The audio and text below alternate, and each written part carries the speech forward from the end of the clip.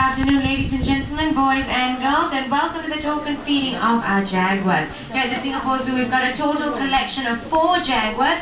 The pair that you're looking at now is actually a mother and son pair. We've got our 10-year-old mother, Angel, as well as her 4-year-old cub, Shamu, who was born on the 28th of June, 2004. Other than these 2 jaguars, we've got another pair of jaguars. We've got our oldest female, BJ. She's a black jaguar and she's 17. And we've also got another spotted jaguar. His name is Khan. Khan is 7 and came to us from the US about 5 years ago. Of course, both pairs take turns to coming out into this exhibit right here.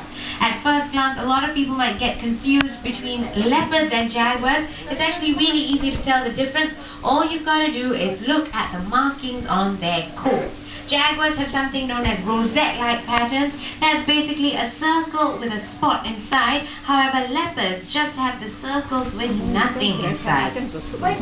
These jaguars are the top predators in their natural habitat of the Amazon in South America, and with their sharp claws and teeth, they prey on animals such as the capybara, which is the largest rodent on earth, as well as the caiman, which is a crocodilian species.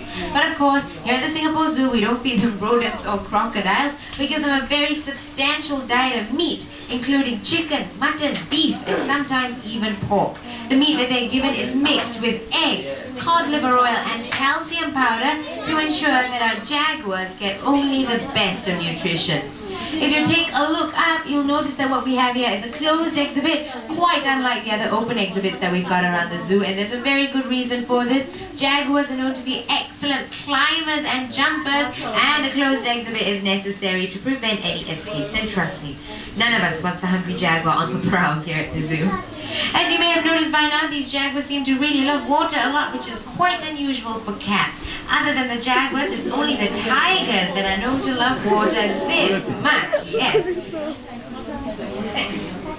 In fact, a jaguar can stay underwater with its eyes wide open for as long as 45 seconds.